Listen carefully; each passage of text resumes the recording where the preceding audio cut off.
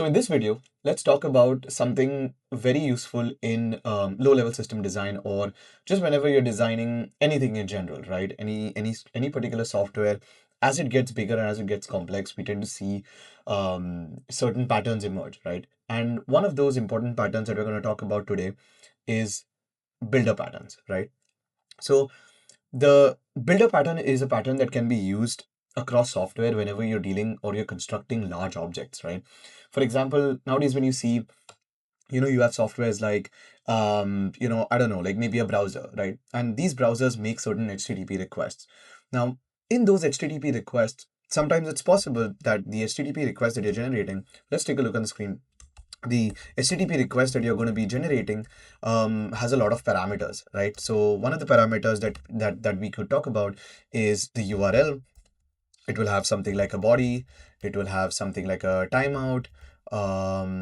It will have something like redirects, and so on and so forth, right?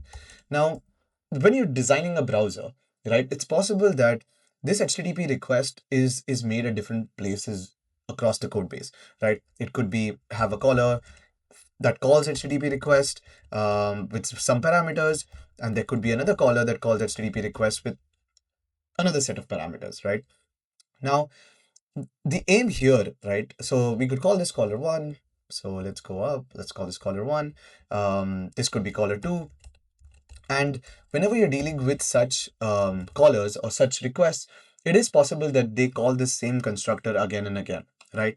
Now, in order to make this much more simpler or easier to read, one of the patterns that we could use is a builder pattern. So instead of calling this particular object again and again across the code base with certain types of parameters, what we would use is a sort of a controller on top of it that would give us the ability to call this particular function in a much more readable, in a much more flexible format, right? So one of the advantages of using this builder pattern is to be able to use or to be able to call this class with much more readability and much more flexibility, right? Now, the other advantage that you would see here as we're looking at this HTTP request is it could have certain optional parameters, right? So for example, when you're dealing with something like this, what you could have as a parameter is, say, you could have something like an error, right?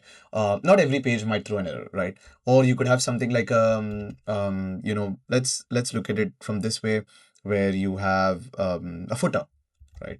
So when you're looking at this, right, these optional parameters may not exist across these constructors, but what we would want to do when you're forming a builder pattern or when you're writing something like this is you would want to include these optional parameters. It could not be for every page, but it could be for certain sort of callers, right? And in that case, this pattern helps us. You'd ask me how, right? So the way it helps us is these optional parameters that you're including here in this builder pattern.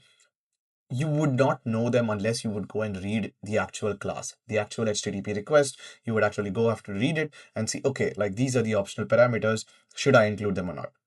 In the builder, it's much easier. You wouldn't have to actually worry about passing in all of the parameters and then passing the optional parameters. You would just create the builder function and it would take care of itself, right?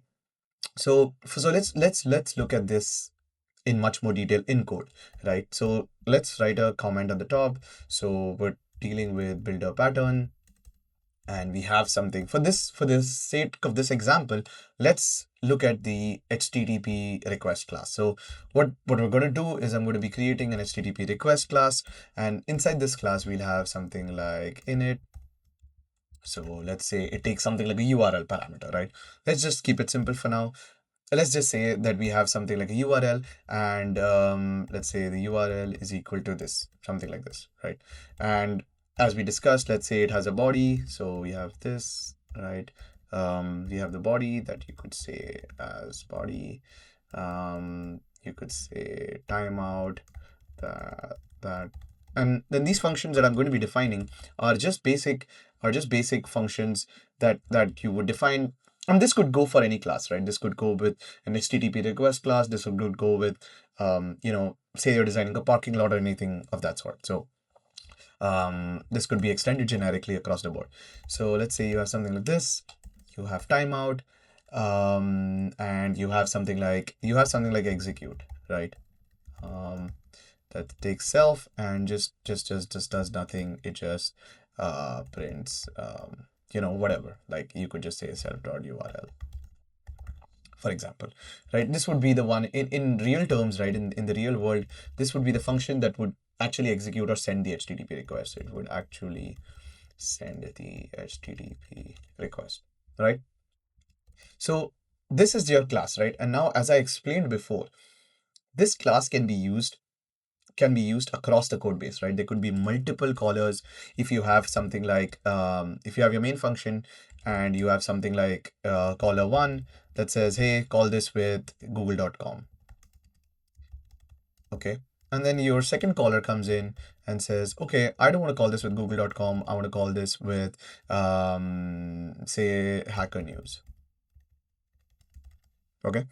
Now, in this case, our builder pattern comes in much use. Instead of just writing HTTP request and then, passing in this parameter here like this, and then your second caller would also do the same thing and then do something like this.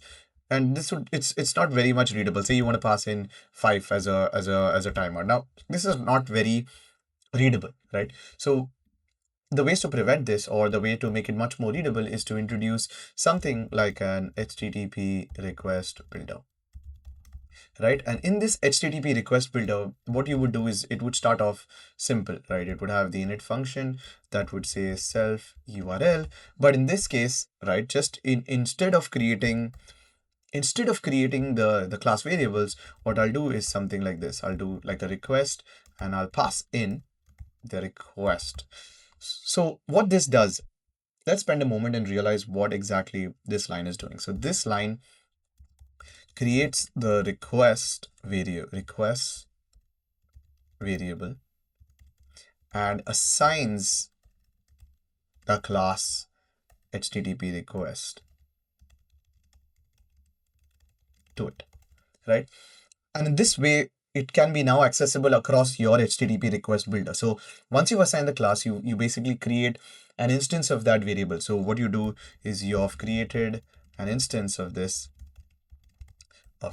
and it can be used throughout the builder class.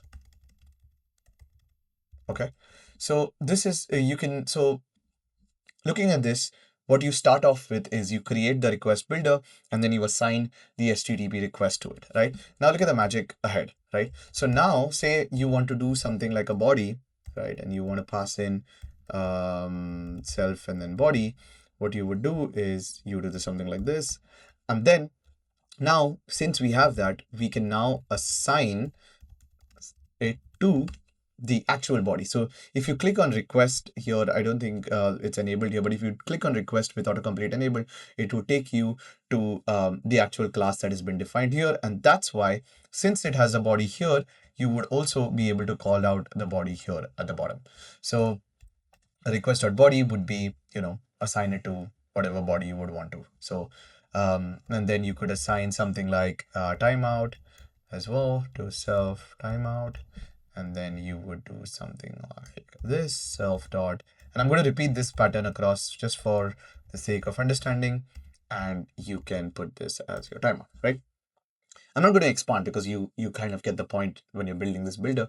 Let me point out something. Another thing that's really interesting with this is you can also validate certain stuff or certain conditions or invariants, right, inside this particular builder function. Like say, for example, I want to do some validations here, right? I could do something like self def validate, right? That would take in just something like this.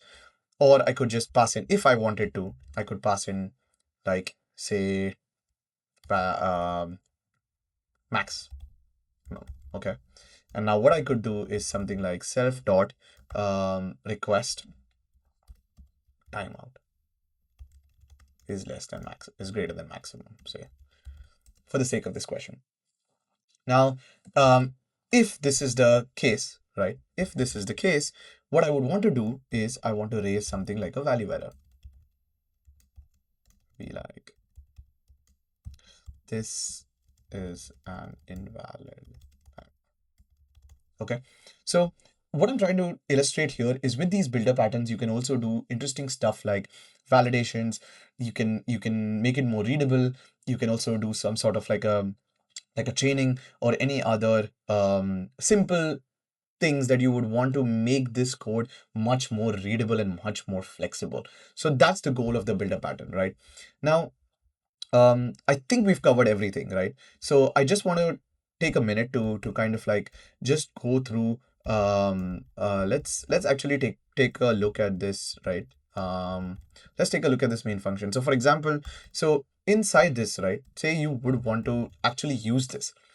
So I'm going to show you how you can actually use it. So what we would do is you would have a request variable that you would create, right? And then inside that, you would have something like HTTP request builder. Say you would do something like google.com. And then inside that, you would do like something like this, right? So I'm going to bring this here and I'm going to do something like body that says, hey, hello world. Okay. And that says, hey, timeout to be something like 5. And then you could say something like execute, or you could not execute, or you could even now do something. As I specified earlier, you can also start to add validations to certain things, right? Now, in this case, we've written like validate that the timeout is not more than 20. So in this case, what you did here was actually validate a particular request. So now this is such much more readable, much more clean, much more easier to understand. So this is how you would use a builder pattern. I've explained what is a builder pattern, how would you use it, what are the advantages of a builder pattern, and and this is a very, very helpful pattern in terms of low level design. So it can be used across the board, in designing parking lots, in designing web browsers, and so on and so forth. So yeah, that's it for this video. I hope you found it useful, and yeah, feel free to comment or ask any questions if you have any, and I'll see you in the next video.